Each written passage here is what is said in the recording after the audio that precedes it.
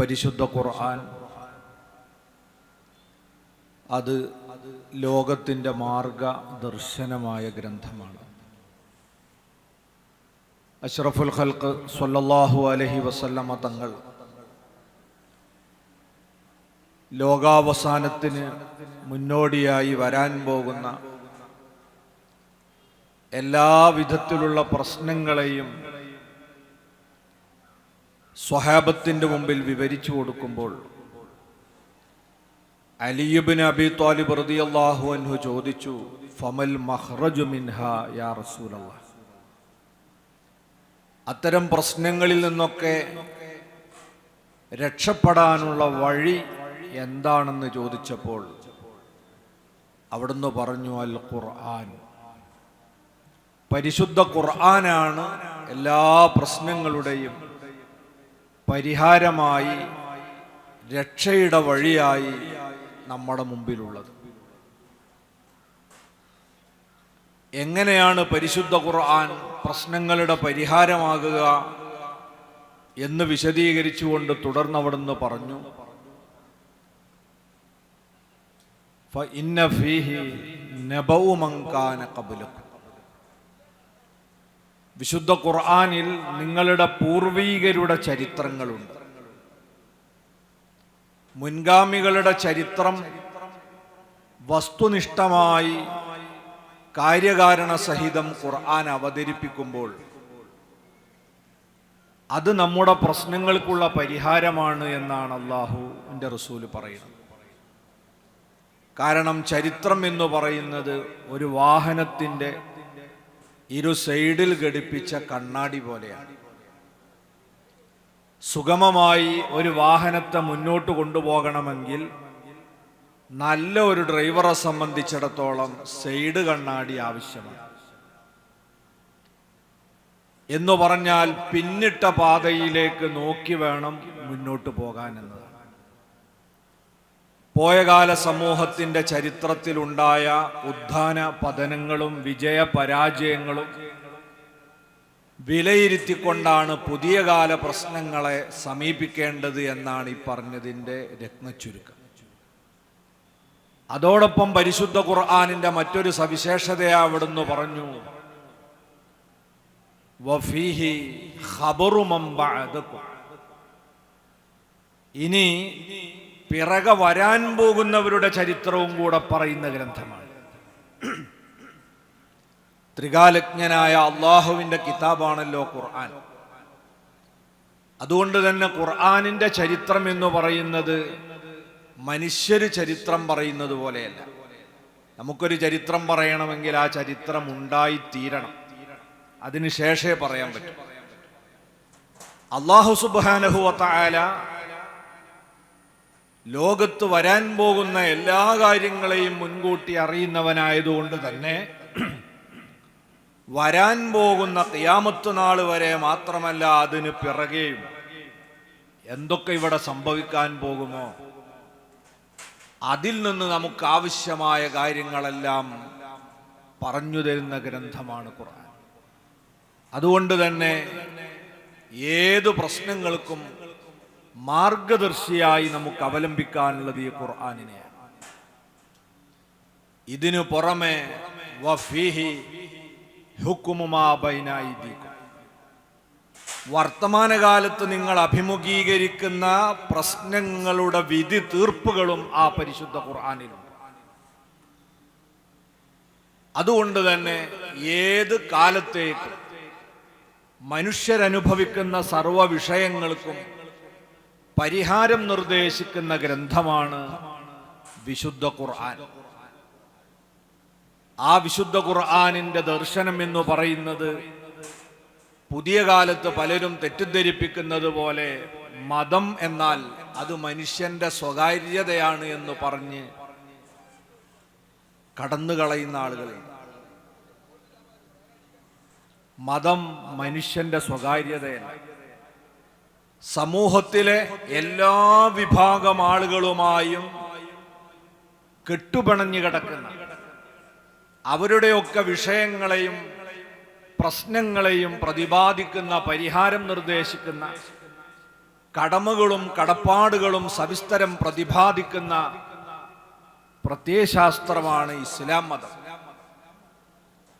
അതിൻ്റെ അടിസ്ഥാന ഗ്രന്ഥമായ പരിശുദ്ധ ഖുർആൻ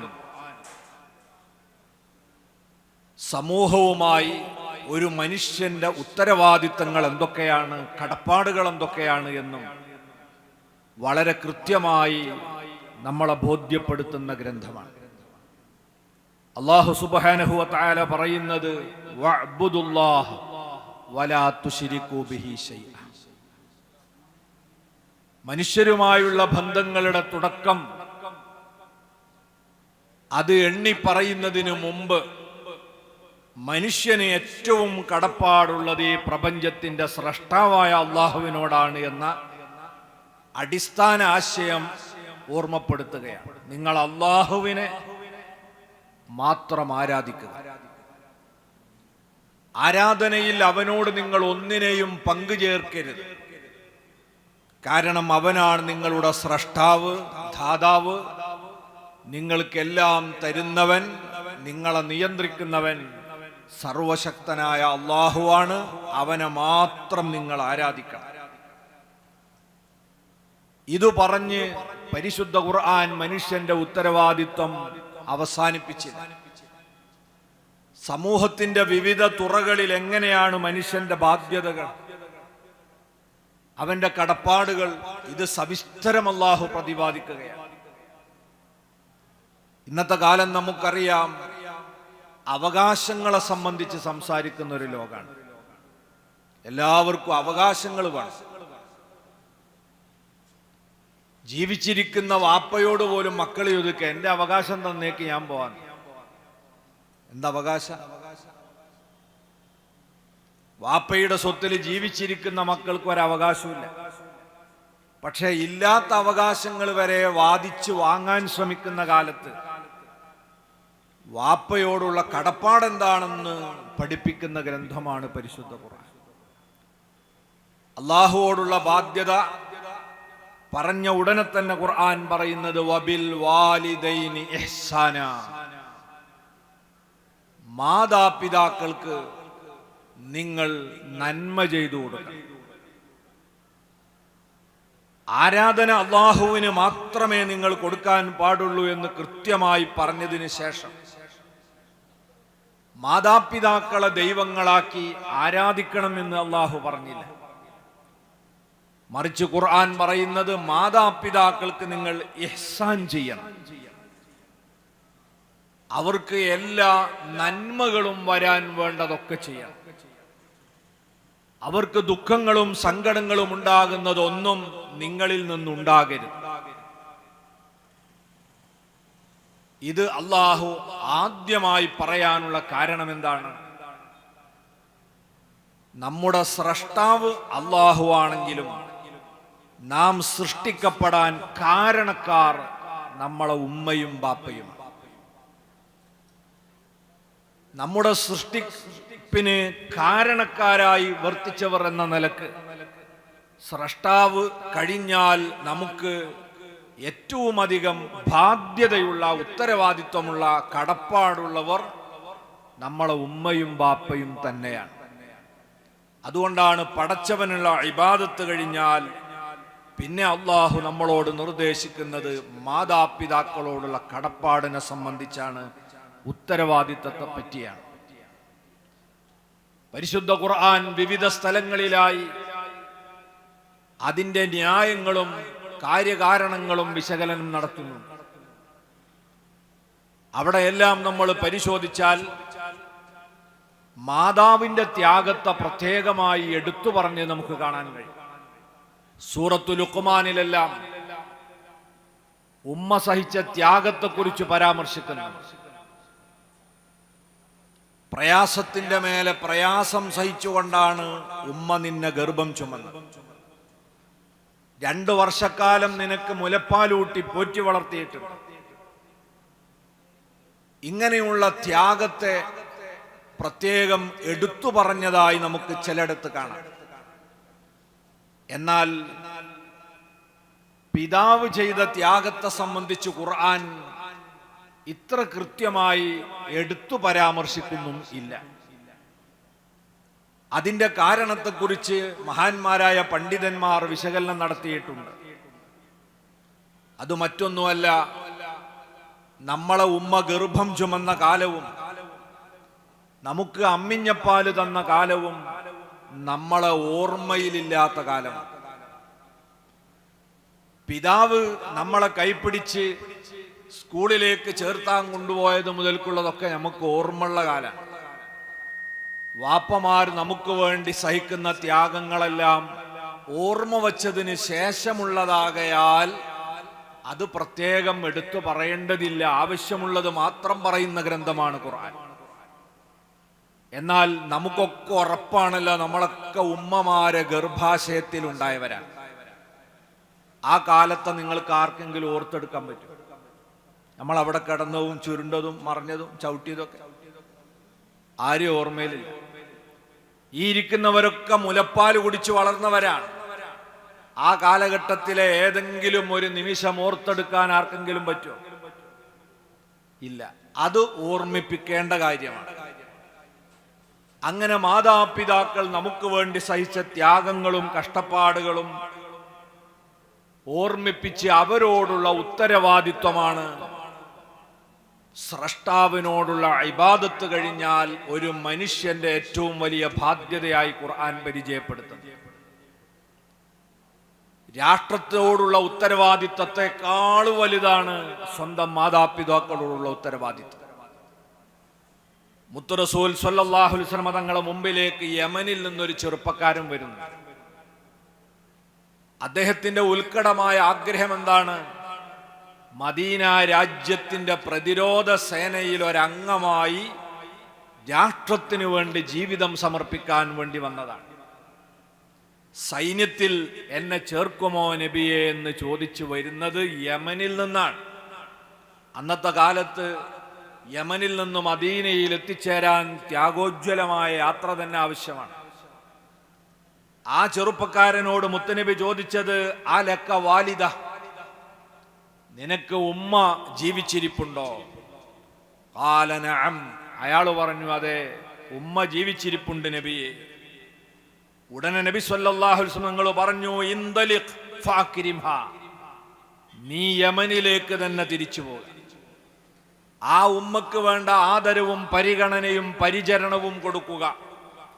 കാരണം ഫഇന്നൽ ജന്നത തഹ്ത റിജ്ലൈഹാ, രാജ്യത്തിനു വേണ്ടി പോരാടി രക്തസാക്ഷിത്വം വരിക്കുന്നതിനേക്കാൾ നിന്റെ സ്വർഗം കിടക്കുന്നത് ആ മാതാവിന്റെ കാൽച്ചുവട്ടിലാണ് എന്നു പറഞ്ഞ് അഷ്റഫുൽ ഖൽഖ് സ്വല്ലല്ലാഹു അലൈഹി വസല്ലം തങ്ങൾ ആ മകനെ യമനിലേക്ക് മടക്കി അയച്ചിട്ടുണ്ടെങ്കിൽ പുതിയ കാലഘട്ടം അനുഭവിക്കുന്ന ഏറ്റവും വലിയൊരു പ്രശ്നത്തിന് ഇവിടെ പരിഹാരം നിർദ്ദേശിക്കുകയാണ്.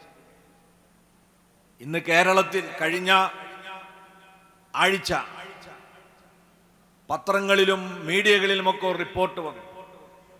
പത്തനംതിട്ടയിൽ മാത്രം 61,000 വീടുകൾ അടഞ്ഞുകിടക്കുന്നു എന്ന വാർത്ത. എന്തേ ആ വീടുകൾ അടഞ്ഞു കിടക്കാൻ കാരണം? ആ വീടുകളിലുള്ളവർ പലരും നഴ്സിംഗിനും മറ്റ് മെഡിക്കൽ കോഴ്സുകളും പഠിച്ച് യൂറോപ്പിലും അറബ് നാടുകളിലും കുടിയേറിയിരിക്കുകയാണ്. അവരുടെ മാതാപിതാക്കളെ ഇവിടെ വിട്ടാണ് അവർ പോയത്. ആ മാതാപിതാക്കളിൽ മഹാഭൂരിപക്ഷവും വൃദ്ധസദനങ്ങളിലോ മറ്റ് കേന്ദ്രങ്ങളിലോ താമസിക്കുന്നു. അതുകൊണ്ട് തന്നെ ഇവരുടെ വീടുകളൊക്കെ കാലിയാണ്. സ്വന്തം മക്കളെ നേരിൽ കാണാനോ ജീവിതാന്ത്യത്തിൽ അവരുടെ പരിലാളനകളും പരിചരണങ്ങളും ഏറ്റുവാങ്ങി സന്തോഷത്തോടെ മരിക്കാനോ സാധിക്കാതെ ജീവിതത്തിൻ്റെ ആരോഗ്യമുള്ള ഘട്ടത്തിൽ സമ്പാദിച്ചതൊക്കെ ഈ മക്കളുടെ പഠനത്തിനു വേണ്ടി ചെലവഴിച്ച ആ രക്ഷിതാക്കൾ ഇന്ന് സ്വന്തം മക്കളെയോ പേരമക്കളെയോ കാണാനാകാതെ വിഷമിച്ച് ദുഃഖിക്കുന്ന ഒരു ഘട്ടത്തിലാണ്. പരിശുദ്ധ ഖുർആനിൻ്റെ ഈ നിർദ്ദേശത്തിൻ്റെ കാലികത നമ്മൾ മനസ്സിലാക്കണം. രാജ്യത്തിനു വേണ്ടി പോരാടാൻ പോലും വന്നവനെ മാതാവിനെ പരിചരിക്കാൻ തിരിച്ചയച്ച നബി സല്ലല്ലാഹു അലൈഹി വസല്ലം തങ്ങൾ ഖുർആൻ പഠിപ്പിച്ച ഈ ഉത്തരവാദിത്വമാണ് സമൂഹത്തെ കൊണ്ട് നിർവഹിക്കാൻ വേണ്ടി പ്രേരിപ്പിച്ചിട്ടുള്ളത്. അഷ്റഫുൽ ഖൽഖ് സല്ലല്ലാഹു അലൈഹി വസല്ലം തങ്ങളുടെ മുമ്പിലേക്ക് ഒരു ചെറുപ്പക്കാരൻ നടന്നു വരുന്നുണ്ട്, കൂടെ ഒരാളുണ്ട്. ഒറ്റ നോട്ടത്തിൽ നബി സല്ലല്ലാഹു അലൈഹി വസല്ലം അറിയാം പിറകെ വരുന്നത് മുന്നിൽ വരുന്നവന്റെ വാപ്പയാണ്. അയാളോട് ചോദിച്ചു, ആരാ നിന്റെ പിറകിലാ വരുന്നത്? മുന്നിൽ വരുന്നയാൾ പറഞ്ഞു, പിതാവാണ്. പ്രായമാകുമ്പോൾ സ്വാഭാവികമായും നടക്കാനുള്ള ശേഷിയൊക്കെ കുറയല്ലോ. ചെറുപ്പക്കാര് നടന്നാ മുന്നിലെത്തിപ്പോവുകയും ചെയ്യും. നബി സല്ലല്ലാഹു അലൈഹി വസല്ലം അയാളെ താക്കീത് ചെയ്തു, മേലിൽ പിതാവിന്റെ മുന്നിൽ നടക്കരുത്. വാപ്പ അത്രമേൽ ആദരിക്കപ്പെടേണ്ടയാളാണ്. അൽ വാലിദു ഔസതു അബ്വാബിൽ ജന്ന. അഷ്റഫുൽ ഖൽഖ് സല്ലല്ലാഹു അലൈഹി വസല്ലം പറയുന്നുണ്ട്, പിതാവ് നിങ്ങളുടെ സ്വർഗവാതിലുകളുടെ നടുവാതിലാണ്. താല്പര്യമുണ്ടെങ്കിൽ ആ വാതിൽ സംരക്ഷിക്കാം, അല്ലെങ്കിൽ അടച്ചു കളയാം. എന്ന് പറഞ്ഞാൽ വാപ്പയുടെ പൊരുത്തം വാങ്ങി വേണം നമുക്ക് സ്വർഗത്തിന്റെ വാതിൽ തുറന്ന് അകത്തേക്ക് കടക്കാൻ. മാതാവിന്റെ കാൽക്കീയിൽ ചെന്ന് നിന്ന് വേണം നാം ലക്ഷ്യം വെക്കുന്ന സ്വർഗം നേടിയെടുക്കാൻ. എത്ര മനോഹരമാണ് ഇസ്ലാം മനുഷ്യരോടുള്ള കടപ്പാടുകളെ സംബന്ധിച്ച് നമ്മളോട് സംസാരിക്കുന്നത്.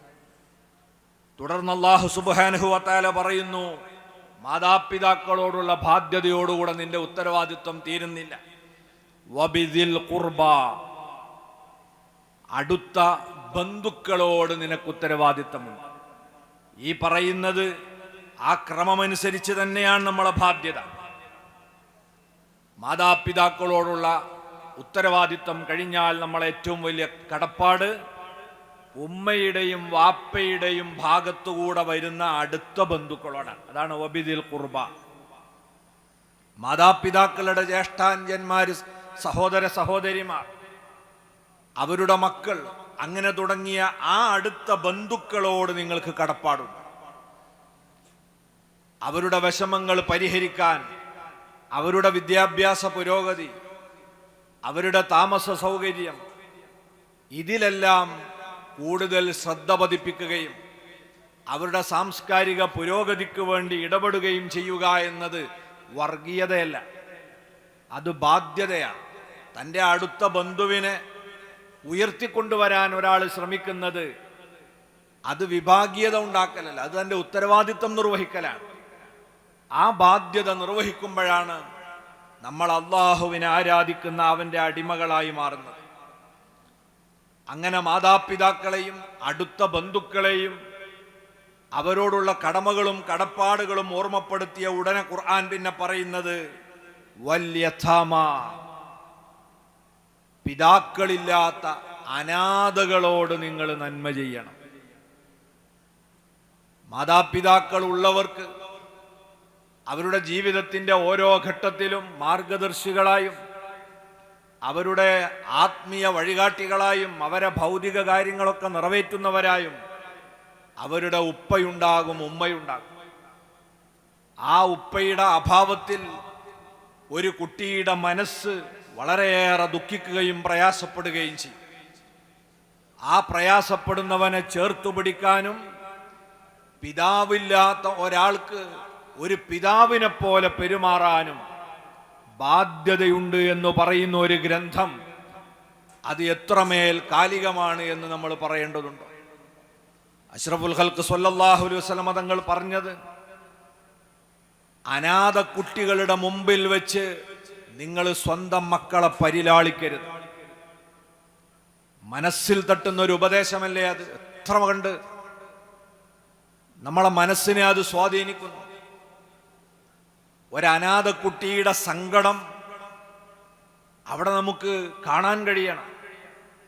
എന്നെ പരിലാളിക്കാനും സ്നേഹിക്കാനും കൊഞ്ചിക്കാനും വാപ്പയില്ലാതെയായിപ്പോയല്ലോ എന്ന് തോന്നി ആ കുട്ടിയുടെ കണ്ണു നിറയുന്നു. അവിടെയാണ് നബിതങ്ങൾ പറയുന്നത്, ഒരനാഥ കുഞ്ഞിൻ്റെ തലയിൽ നിങ്ങൾ സ്നേഹത്തോടെ ഒന്ന് തലോടിയാൽ അത് നിങ്ങളുടെ പാപം പൊറുപ്പിക്കുന്ന സൽക്കർമ്മമാണ്. സ്വന്തം മക്കൾക്ക് നൽകുന്ന അതേ സ്നേഹം അനാഥ കുട്ടികൾക്ക് കൂടി പകുത്തു നൽകാൻ നബി സല്ലല്ലാഹു അലൈഹി വസല്ലം തങ്ങൾ സമൂഹത്തെ പഠിപ്പിച്ചത് എന്തുകൊണ്ടാണ്? പരിശുദ്ധ ഖുർആനിന്റെ ഈ ആഹ്വാനം ശിരസാ വഹിച്ചുകൊണ്ടാണ്. ഇത് ഏറ്റെടുത്തൊരു സമുദായമായി മുസ്ലിങ്ങൾ മാറി. ലോകത്ത് നിങ്ങൾ പരിശോധിച്ചു നോക്കൂ, അനാഥ മന്ദിരങ്ങളുടെ ഒരു വലിയ ശൃംഖല തന്നെ കാണാം. ഈ അനാഥ മന്ദിരങ്ങൾ അനാഥ ബാലികാ ബാലന്മാരെ ഏറ്റെടുത്ത് അവരുടെ ഐഹികവും പാരത്രികവുമായ എല്ലാ പുരോഗതിക്കും ആവശ്യമായ മുഴുവൻ കാര്യങ്ങളും സൗജന്യമായി നടപ്പിലാക്കി കൊടുക്കുന്ന ഒരു സംസ്കാരം ലോകത്ത് ഇന്ന് വ്യാപകമായിട്ടുണ്ടെങ്കിൽ ഖുർആൻ ഉൽപ്പാദിപ്പിച്ച ഈ സ്നേഹത്തിൻ്റെയും ഉത്തരവാദിത്വത്തിൻ്റെയും സന്ദേശത്തിൽ നിന്നാണ് അങ്ങനെ ഒരു സംസ്കാരം ലോകത്ത് പടർന്നു പിടിച്ചത്. അതിലേറ്റവും കൂടുതൽ മുൻപന്തിയിൽ നിൽക്കുന്നത് മുസ്ലിങ്ങളാണ് എന്ന് പറയേണ്ടതില്ല. ലോകത്ത് ഏത് രാജ്യത്ത് ചെന്നാലും അനാഥകരെ സംരക്ഷിക്കുന്നതിൽ വളരെ ഉദാരപരമായ സമീപനം മുസ്ലിം സമുദായം സ്വീകരിച്ചിട്ടുണ്ടെങ്കിൽ അത് ഖുർആൻ പരത്തിയ പ്രകാശത്തിൽ നിന്ന് വെളിച്ചം സ്വീകരിച്ചുകൊണ്ട് തന്നെയാണ്. ഇനി നോക്കൂ നിങ്ങൾ, അല്ലാഹു പറയുന്നത് വൽ ജാരിദിൽ ഖുർബ. ഈ ക്രമത്തിന് പുറമെ പിന്നെ നിങ്ങളുടെ അടുത്ത ബന്ധുക്കളായ അയൽവാസികളോട് നിങ്ങൾക്ക് പ്രത്യേകം കടപ്പാടുണ്ട്. നേരത്തെ ബന്ധുക്കളോടുള്ള കടപ്പാട് പറഞ്ഞതിന് പുറമെ അവരയൽവാസി കൂടിയായി മാറുമ്പോൾ ഇരട്ട ബാധ്യതയാണ്. അയൽവാസി എന്ന കടപ്പാടും അടുത്ത ബന്ധു എന്ന കടപ്പാടും കൂടിയുണ്ട്. അപ്പൊ ഒരു സാധാ ബന്ധുവല്ലാത്ത അയൽവാസിയോട് കാണിക്കുന്നതിനേക്കാൾ ഉത്തരവാദിത്വം ബന്ധുക്കളായ അയൽവാസികളോട് നമ്മൾ പ്രകടിപ്പിക്കണം. ആ സൗഹൃദവും ബന്ധവും ഊട്ടി ഉറപ്പിക്കാനും നിലനിർത്താനും നമ്മൾ ശ്രമിക്കണം. കുടുംബ ബന്ധങ്ങളിൽ വിള്ളലുണ്ടായി, വ്രണങ്ങളുണ്ടായി ഒരിക്കലും ശിഥിലമായി പോകാതിരിക്കാൻ നിങ്ങൾ ശ്രമിക്കണം. നബി സല്ലല്ലാഹു അലൈഹി വസല്ലം പറയുന്നുണ്ട്, മൻ അഹബ്ബ അൻ യുബ്സത ലഹു ഫീ റിസ്ഖിഹി വയുൻസഅ ലഹു ഫീ അസരി ഫല്യസിൽ റഹ്മ. ആർക്കെങ്കിലും ഈ ഭൂമി ലോകത്ത് സാമ്പത്തികമായ അഭിവൃദ്ധിയിൽ താല്പര്യമുണ്ടോ, ദീർഘായുസ് ലഭിക്കണമെന്ന പൂതിയുണ്ടോ? ഒരിക്കലും പണം കൊടുത്ത് വാങ്ങാൻ പറ്റുന്നതല്ല ദീർഘായുസ് എന്ന് പറയുന്നത്. അള്ളാഹു തന്നെങ്കിൽ മാത്രമേ ലഭിക്കൂ. ആ വിഭവവും ഐഹികമായ സാമ്പത്തിക അഭിവൃദ്ധിയും നിങ്ങൾക്ക് പൂതിയുണ്ടെങ്കിൽ ഫല്യസിൽ റഹ്മഹു, അവന്റെ കുടുംബ ബന്ധത്തെ ചേർത്തുകൊള്ളട്ടെ എന്ന് നബി സല്ലല്ലാഹു അലൈഹി വസല്ലം നിങ്ങൾ പഠിപ്പിക്കുകയാണ്.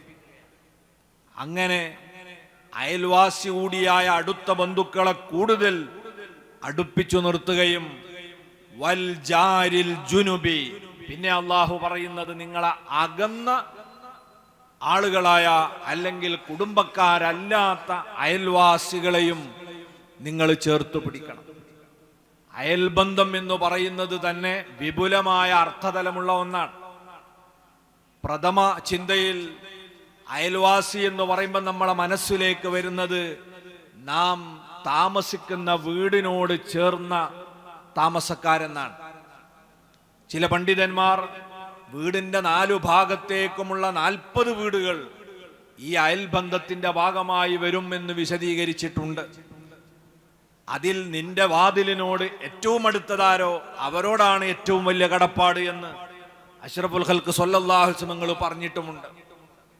ആ അയൽവാസികളുടെ സന്തോഷവും സമാധാനവും ഉറപ്പുവരുത്തേണ്ടത് ഓരോ മുസ്ലിമിന്റെയും ഉത്തരവാദിത്വമാണ് എന്നാണ് പരിശുദ്ധ ഖുർആൻ പറയുന്നത്. ഇത് വിശകലനം ചെയ്തുകൊണ്ടാണ് തിരുദൂതർ സ്വല്ലല്ലാഹു അലൈഹി വസല്ലം പറയുന്നു, നമ്മുടെ അയൽവാസിയെ സന്തോഷിപ്പിക്കേണ്ടതും അയാൾക്ക് സമാധാനവും നിർഭയത്വവും കൊടുക്കേണ്ടതും നമ്മുടെ വിശ്വാസത്തിന്റെ കൂടി ഭാഗമാണ്. വല്ലാഹി ലാ യുഅ്മിൻ വല്ലാഹി ലാ യുഅ്മിൻ വല്ലാഹി ലാ യുഅ്മിൻ. ആണയിട്ടവിടുന്ന് സത്യം ചെയ്യുകയാണ്, ഈമാനില്ല ഈമാനില്ല ഈമാനില്ല. പേടിച്ച സ്വഹാബത്ത് ചോദിച്ചു, ലിമൻ യാ റസൂലല്ലാഹ്, ആരെ പറ്റിയാണ് നബി അവിടുന്ന് പറയുന്നത്? ഖാല മൻ ലാ യഅ്മനു ജാറുഹു ബവായിഖ. നബി തങ്ങൾ പറയുന്നു, തൻ്റെ അയൽവാസി നിർഭയനാവാത്ത കാലത്തോളം നമ്മൾ ഈമാൻ പൂർണ്ണമായവരാകൂല. നമ്മാലുണ്ടാകുന്ന ഉപദ്രവത്തെ തൊട്ട് അയൽവാസി നിർഭയനാവണം. ഒരയൽവാസി ചിന്തിക്കുകയാണ്, എൻ്റെ മകളുടെ വിവാഹം മുടക്കുന്നത് നമ്മളാണെന്ന്. അങ്ങനെ അയാൾക്കൊരു പേടി നമ്മളെക്കുറിച്ച് തോന്നുന്നു. അയാൾ ആലോചിക്കുകയാണ്, ഈ വിവരം, മകളുടെ വിവാഹാലോചന നാട്ടുകാർ മൊത്തറിഞ്ഞാലും പ്രശ്നമില്ല, ഈ അയൽവാസി അറിയാതിരിക്കട്ടെ, കാരണം പാര പോകുകയാണെങ്കിൽ ഇവിടുന്ന് പോകാൻ സാധ്യതയുള്ളൂ എന്നാണ്. അങ്ങനെ എന്നെയും നിങ്ങളെയും സംബന്ധിച്ച് നമ്മുടെ അയൽവാസിക്കൊരു പേടിയുണ്ടെങ്കിൽ നമ്മളെ ഈമാന്റെ കുറവ് കൊണ്ടാണ് ആ സാഹചര്യം ഉണ്ടായതെന്നാ നബി തങ്ങൾ പഠിപ്പിക്കുന്നത്. കാരണം എന്താണ്? നമ്മളെ കണ്ടിട്ട് കിണ്ണം കെട്ടവനാണെന്ന് തോന്നുന്നത് കൊണ്ടാണ്. നമ്മളെ പെരുമാറ്റത്തിൽ നിന്ന് ഈ ധാരണ ഒഴിവാക്കി കിട്ടേണ്ടതായിരുന്നു. അവരെ മകൾക്കൊരു വിവാഹാന്വേഷണവുമായി നമ്മൾ മുന്നിട്ടിറങ്ങിയിരുന്നുവെങ്കിൽ നമ്മളത് മുടക്കുന്ന ആളാണെന്ന തോന്നലുണ്ടാകുമായിരുന്നില്ല. അപ്പൊ നമ്മളെ സ്വന്തം ആവശ്യങ്ങളെപ്പോലെ തന്നെ അയൽവാസിയുടെ ആവശ്യത്തെ പരിഗണിക്കാൻ സാധിക്കുമ്പോഴാണ് നമ്മൾ അയൽവാസികളെ ചേർത്ത് പിടിക്കുന്നവരാകുക, അവരോടുള്ള കടമപ്പാട് നിർവഹിച്ചവരായിത്തീരുക. അയൽവാസിക്ക് വഴി കൊടുക്കേണ്ടതും കുടിക്കാൻ വെള്ളമില്ലെങ്കിൽ വെള്ളം കൊടുക്കേണ്ടതും നമ്മളെ ഉത്തരവാദിത്വമാണ്. അവരുടെ അഭാവത്തിൽ അവരെ വീടും പറമ്പും സമ്പത്തും കാത്തു സൂക്ഷിക്കേണ്ടത് നമ്മളെ ബാധ്യതയാണ്. അവര് വിദേശത്ത് പോകുകയോ വിരുന്നു പോകുകയോ ചെയ്താൽ നമ്മളെ പ്രത്യേകം പറഞ്ഞ് ഏൽപ്പിക്കേണ്ട ആവശ്യമില്ല, അത് നമ്മളെ ബാധ്യതയാണ്, നിർവഹിച്ചോളണം. അയൽവാസിയുടെ അഭിമാനത്തിന് ക്ഷതം വരുത്തുന്ന ഒന്നും നമ്മളിൽ നിന്നുണ്ടാകരുത്. അയൽവാസിയുടെ വീട്ടിലേക്ക് ഒളിഞ്ഞു നോക്കുന്നതിനെ നബി തങ്ങൾ കർശനമായി വിലക്കിയത് കാണാം. ഇങ്ങനെ അയൽവാസികൾക്ക് സമാധാനവും സുരക്ഷയും നൽകി അവരോട് ഗുണപരമായി പെരുമാറണമെന്ന ഉത്തരവാദിത്വമാണ് ഖുർആൻ ഇവിടെ ഓർമ്മപ്പെടുത്തിയത്. പിന്നെ അള്ളാഹു പറയുന്നത് വസ്വാഹിബി ബിൽ ജംബ്, നിങ്ങളെ പാർശ്വവർത്തികളായ ആളുകൾ, നിങ്ങളോട് ചേർന്ന് നിൽക്കുന്നവർ. ഖുർആനിന്റെ ഈ പറഞ്ഞ ഓരോ പ്രയോഗവും വിശാലമായ അർത്ഥതലങ്ങളുള്ളതാണ്. മുഫസ്സിരീങ്ങൾ അതിന് വ്യത്യസ്തമായ വീക്ഷണങ്ങൾ വിശദീകരിച്ചിട്ടുണ്ട്. അതിൽ നിന്ന് പ്രബലമായത് മാത്രം പറഞ്ഞു പോകുകയാണ്. സ്വാഹിബു ബിൽ ജംബ് എന്ന് പറയുന്നത് കൂട്ടുകാരാണ് എന്നതാണ്, സുഹൃത്തുക്കളാണ്, ചങ്ങാതിമാരാണ് എന്നതാണ് പ്രബലമായ ഒരു അഭിപ്രായം. യാത്രയിൽ നമ്മോടൊപ്പം സഞ്ചരിക്കുന്നവരാണ് എന്നതാണ് മറ്റൊരഭിപ്രായം. ഇനി ഓഫീസുകളിലും പാഠശാലകളിലും നമ്മളോടൊപ്പം പ്രവർത്തിക്കുന്നവരാണ് എന്നതും ഇതിന്റെ പരിധിയിൽ വരുന്നതാണ്. അവരോടൊക്കെ നമുക്ക് കടപ്പാടുകളുണ്ട്. നമ്മളൊരു ബസ്സിൽ യാത്ര ചെയ്യുമ്പോൾ നമ്മളെ കൂടെ സീറ്റിലിരിക്കുന്ന ആള്, അയാൾക്ക് സൗകര്യം ചെയ്തു കൊടുക്കേണ്ടത് നമ്മളെ ബാധ്യതയാണ്. ഒരു ബസ്സിൽ പലപ്പോഴും ഒരു നിരയിൽ 2 പേരോ 3 പേരോ ഒന്നിച്ചിരിക്കേണ്ട സീറ്റുകളാവാം. ഒരാള് അവിടെ ഇരിക്കാൻ വരുന്ന സമയത്ത് പുഞ്ചിരിച്ച് ഒന്ന് ഒതുങ്ങി അയാളെ സ്വീകരിക്കുന്നവനായിരിക്കണം ഒരു മുസ്ലിം. നമ്മളിരിക്കുന്ന സീറ്റിലേക്ക് വേറൊരാൾ വരുമ്പം ചേരയെ കണ്ട തവളയെപ്പോലെ വീർക്കുന്നവരാകരുത്. ഒന്ന് വികസിക്കുക, അവിടെ സീറ്റില്ലാന്ന് ശരീരഭാഷ കൊണ്ട് അവതരിപ്പിക്കലാ ചില ആൾക്കാർ. മറ്റൊടുത്ത് പോയിക്കോന്ന്, അല്ലെങ്കിൽ ഒരു ബാഗോ കൊടയൊക്കെ അവിടെ വെച്ചിട്ട് ഇനി ഇവിടെ ആർക്കും സ്ഥലമല്ല എന്ന് വരുത്തലല്ല, ഒന്ന് ഒതുങ്ങി കൊടുക്കുക വേണ്ട. ചിലപ്പോൾ ചെറിയ സീറ്റായിരിക്കും, 2 പേരും തടിയന്മാരും ആയിരിക്കും.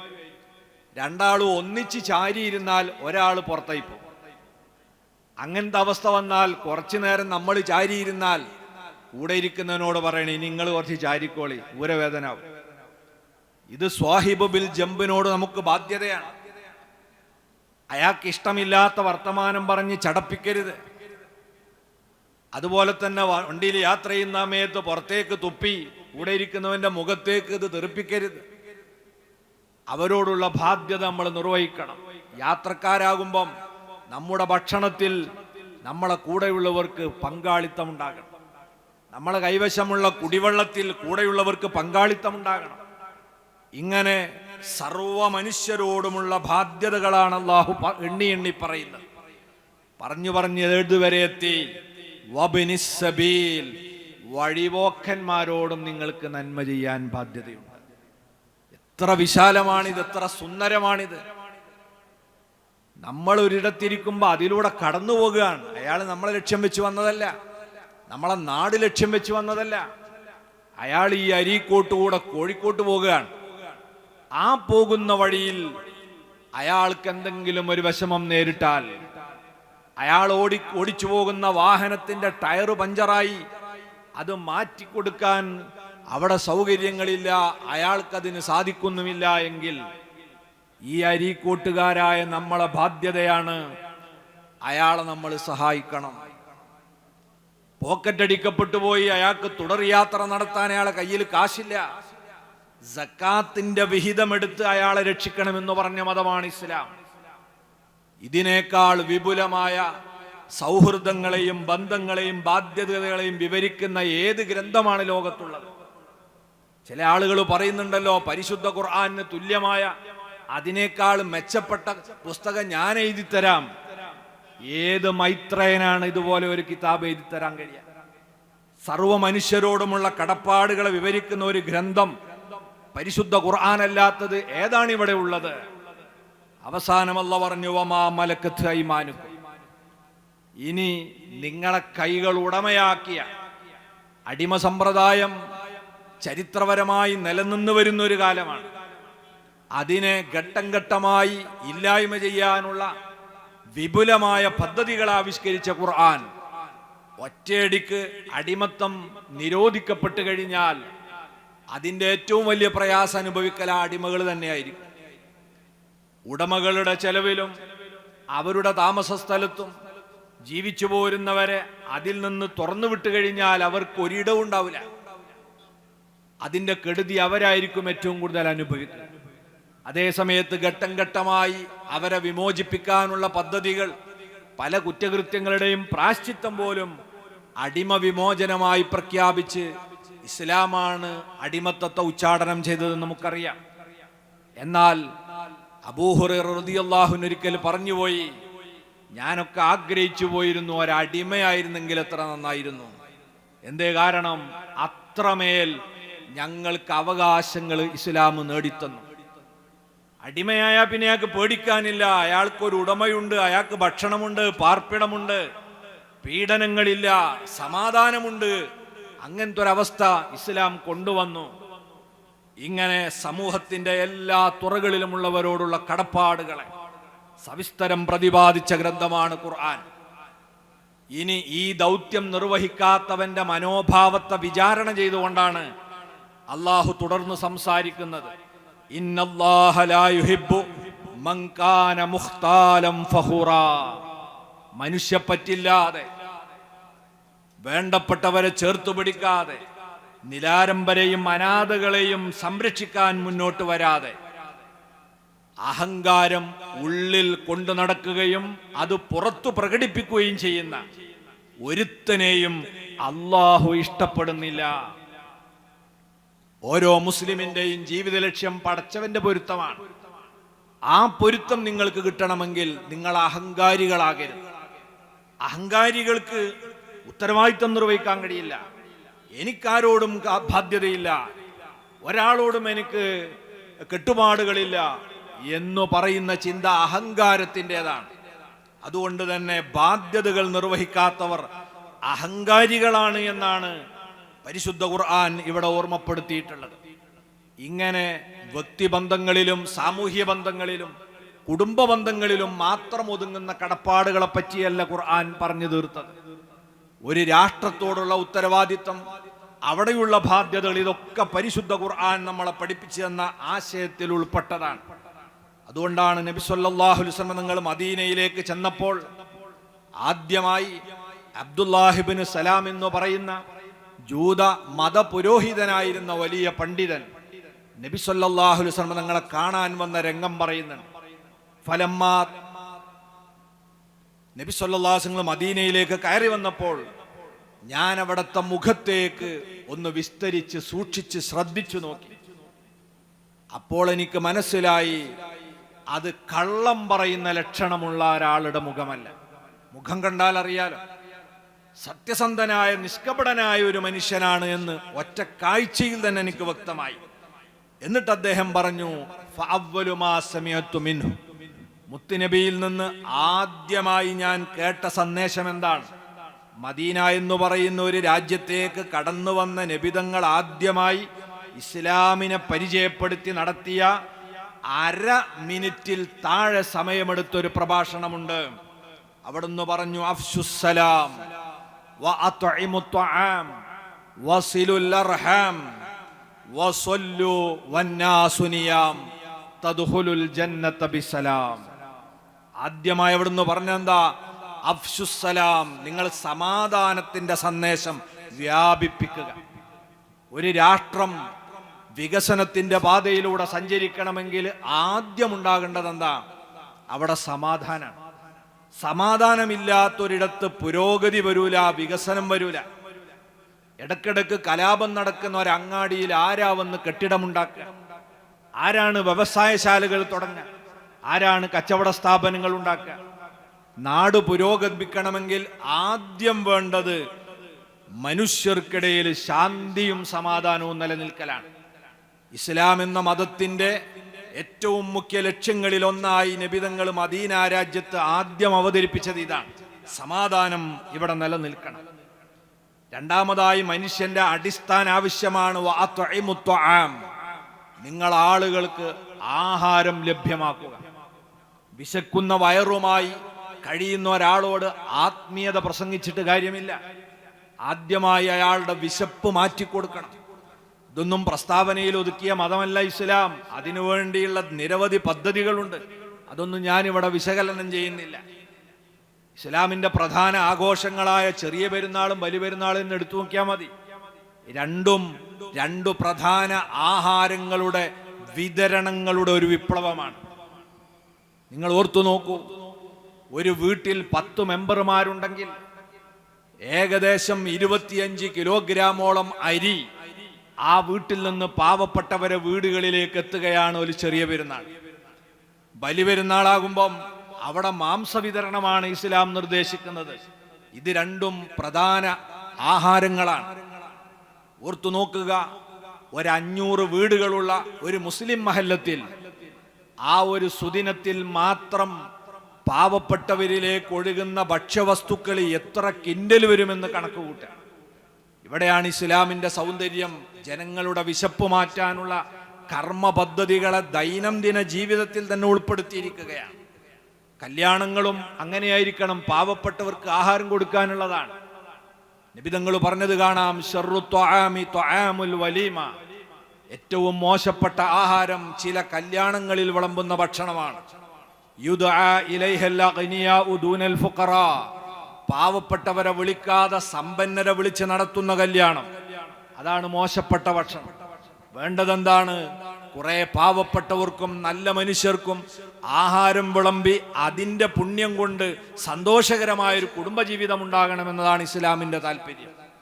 മരണപ്പെട്ടു പോയവരെ പേരിൽ ഭക്ഷണം കൊടുക്കാൻ പറഞ്ഞതും ഭക്ഷ്യ സുരക്ഷ ഉറപ്പാക്കുന്നതിൻ്റെ ഭാഗമായിട്ടാണ്. പിന്നെ നബി തങ്ങൾ പറഞ്ഞ കാര്യം എന്താണ്? വസിലുൽ അർഹാം, കുടുംബ ബന്ധങ്ങളെ നിങ്ങൾ ചേർത്ത് പിടിക്കണം. രാജ്യ പുരോഗതിക്ക് സമാധാനം വേണം, പട്ടിണി മാറണം.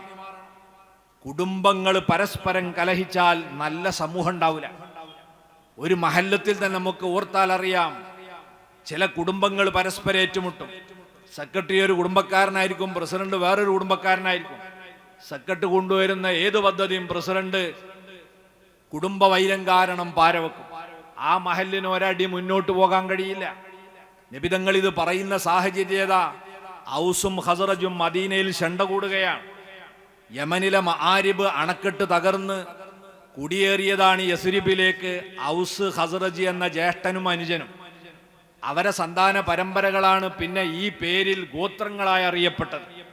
എളാപ്പയുടെയും മൂത്താപ്പയുടെയും മക്കൾ 10-40 കൊല്ലമായി തല്ലുകൂടുന്ന ഒരു നാട്ടിലേക്ക് വന്നിട്ടാ ആദ്യമായി മുത്തുനബി പറയുന്നത്, ഈ രാജ്യം പുരോഗമിക്കണോ, വസിലുൽ അർഹാം, നിങ്ങൾ ഈ വൈരം അവസാനിപ്പിച്ച് കുടുംബബന്ധം ചേർത്തു പിടിക്കുക.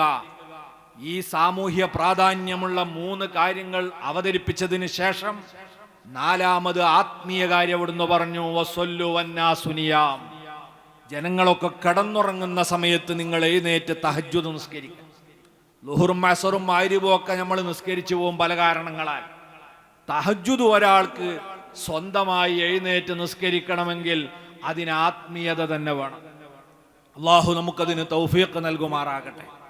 ഈ ആത്മീയതയും കൂടെ നിങ്ങൾ സ്വായത്തമാക്കിയാൽ നിങ്ങൾക്ക് ഭയക്കാനില്ല. തദ്ഖുലുൽ ജന്നത ബിസലാം, നിങ്ങൾക്ക് സമാധാനത്തോടെ സ്വർഗപ്രവേശം സാധ്യമാകും.